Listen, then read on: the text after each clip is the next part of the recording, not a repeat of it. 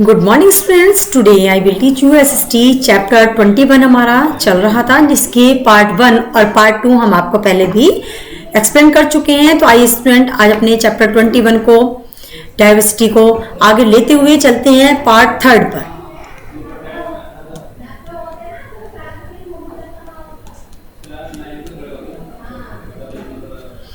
Part 3 का हमारा बहुत इंपॉर्टेंट पॉइंट चल रहा है, फंडामेंटल राइट्स। क्या होते हैं फंडामेंटल राइट्स, जिनको हम कहते हैं मौलिक अधिकार। तो in order to equality and diversity of all people and Constitution of India has made provision also the fundamental rights are the most important of them. तो जो हमारे मौलिक अधिकार होते हैं वो क्या है, लोगों की समानता व विविधता को सुनिश्चित करने के लिए भारत के संविधान ने अन्य प्रावधानों का निर्माण भी किया है। उनमें से सबसे महत्वपूर्ण जो मौलिक अधिकार हैं उनके बारे में आज हम स्टडी करने जा रहे हैं।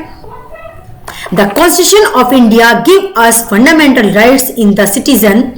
सभी भारतीयों को मौलिक अधिकार मिले हुए हैं, वे आधारभूत अधिकार हैं जो भारत के प्रत्येक नागरिक को प्राप्त है। सरकार या कोई भी सरकारी अधिकारी कोई भी व्यक्ति इन अधिकारों का हनन नहीं कर सकता है। ये अधिकार कौन कौन से हैं? Number 1 right to equality, number 2 right to freedom. सबसे पहले हमारा समानता का अधिकार और दूसरा है हमारा शोषण का अधिकार। नंबर 3 पर आता है हमारा, सेकंड नंबर पे आता है हमारा स्वतंत्रता का अधिकार और थर्ड आता है हमारा राइट अगेंस्ट एक्सप्लोइटेशन, यानी कि शोषण के विरुद्ध अधिकार। नंबर 4 है राइट टू फ्रीडम और रिलीजन, धार्मिक स्वतंत्रता का अधिकार। नंबर 5 पर आता है cultural and educational right and, तो यह आता है हमारा संस्कृति एवं शिक्षा संबंधी अधिकार। और नंबर 6 पर आता है हमारा राइट टू कॉन्स्टिट्यूशनल रिमाइंडर्स, यानी कि संवैधानिक उपचारों का अधिकार। अब सबसे पहले हमारा था राइट टू इक्वलिटी। अब ये राइट टू इक्वलिटी क्या है? Right to equality, the right to equally has been provided articles 14, 15 and 16, 17 and 18 of the constitution। तो देखिए, समानता का अधिकार अनुच्छेद 14, 15, 16, 17 और 18 में दिया गया था। इन अनुच्छेदों में निम्न अधिकार आते हैं। कौन कौन से अधिकार आते हैं? नंबर 1 आता है हमारा इक्वलिटी बिफोर द लॉ, यानी कि कानून के समक्ष समानता का अधिकार। नंबर 2 पर हमारा आता है प्रोविजन ऑफ डिस्क्रिमिनेशन, यानी कि भेदभाव पर प्रतिबंध का अधिकार। नंबर सी पर आता है हमारा इक्वलिटी ऑफ अपॉर्चुनिटी, यानी कि अवसर की समानता का अधिकार। नंबर डी हमारा है एबुलेशन ऑफ अनटचेबिलिटी, यानी कि अवसर की भेदभाव का उन्मूलन करने का अधिकार। और नंबर लास्ट हमारा ई पर आता है एबुलेशन ऑफ टाइटल्स, उपाधि का उन्मूलन करने का अधिकार। तो अनुच्छेद 15 पर हमारी 14 में घोषणा की गई कि कानून के समक्ष अधिकार रहेगा, जहां हमारा ये है 14 में हमारा। अनुच्छेद 15 में हमारी घोषणा की गई है हमारे भेदभाव पर प्रतिबंध होगा। और अनुच्छेद 16 में आकर के हमें मिला है अवसर का अधिकार और अनुच्छेद 17 में हमें मिला है अधिकार भेदभाव का उन्मूलन करने का अधिकार। और नेक्स्ट नंबर अनुच्छेद आर्टिकल 18, यानी कि अनुच्छेद 18 में हमें मिला है उपाधि का अधिकार। नेक्स्ट नंबर 2 पर आता है हमारा राइट टू फ्रीडम, स्वतंत्रता का अधिकार। स्वतंत्रता का अधिकार क्या है हमारा? Article 19 to 22 deal with the right of to freedom.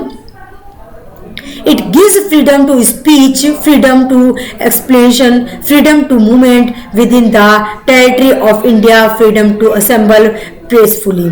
तो देखिए, अनुच्छेद 19 से लेकर के अनुच्छेद 22 में स्वतंत्रता के अधिकार दिए गए हैं। ये भाषण देने की स्वतंत्रता, विचारों के अभिव्यक्ति की स्वतंत्रता, भारत के किसी भी क्षेत्र में भ्रमण की स्वतंत्रता, शांति से सभा की स्वतंत्रता और किसी भी व्यवसाय को चुनने की स्वतंत्रता देता है।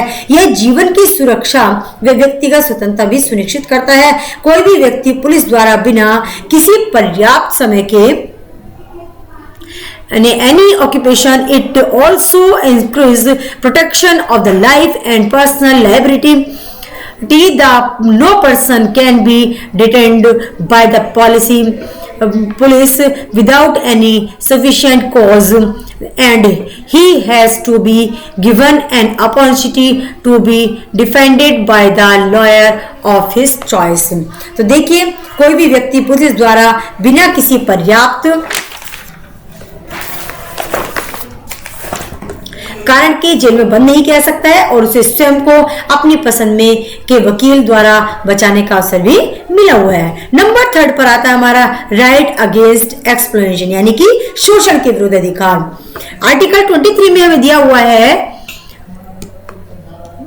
आर्टिकल 23 में दिया हुआ है हमारा, यानी काइंड ऑफ सेल और purchase woman bring backer or forced labor of any kind. Article 24 says that no child below in the age of 14 years, यानी कि अनुच्छेद 23-24 के अनुसार 14 वर्ष से कम आयु के बच्चों को किसी फैक्ट्री या खान या किसी भी अन्य खतरनाक स्थान पर कार्य करने के लिए नहीं रखा जाना चाहिए। नेक्स्ट नंबर 4 पर आता है हमारा right to freedom of religion, यानी कि धार्मिक स्वतंत्रता का अधिकार।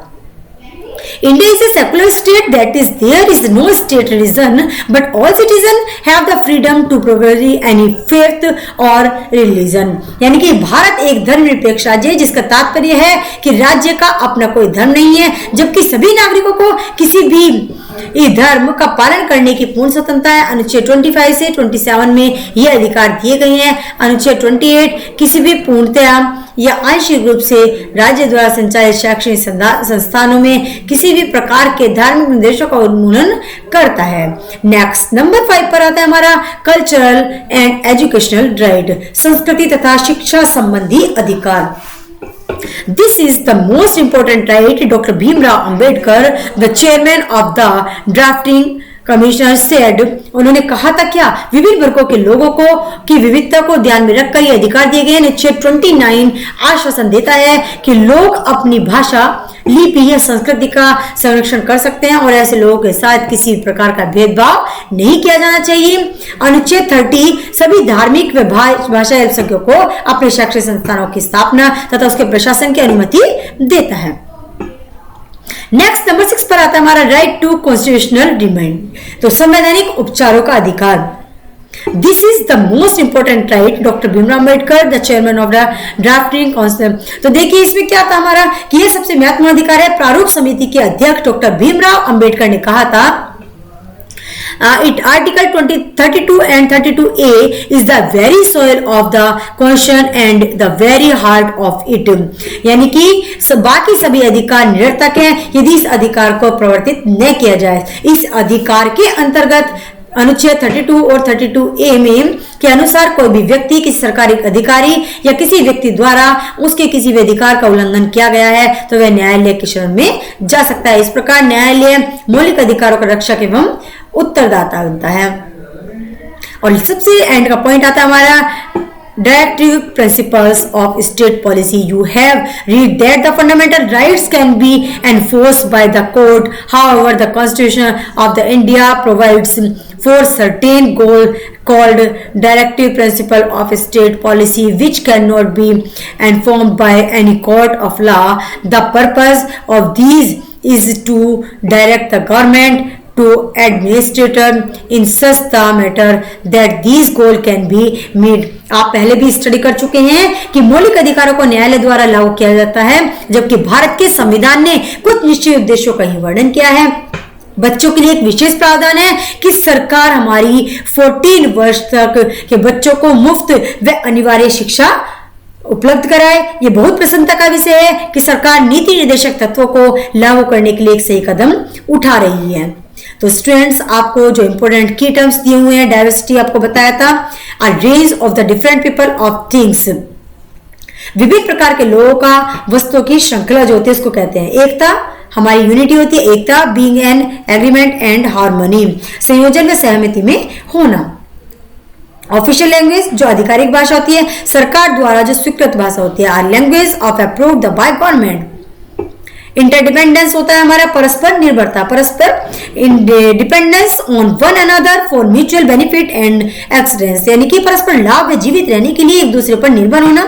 अब होता है हमारा identify the district feature by what a person is known, बिना किसी कारण किसी को नापसंद करना। तो स्टूडेंट इसी के साथ आज आपका चैप्टर पार्ट 3 में एंड होता है। आप सभी को अच्छे से वीडियो को वॉच करना है, चैप्टर को रीड करना है। Thank you everyone.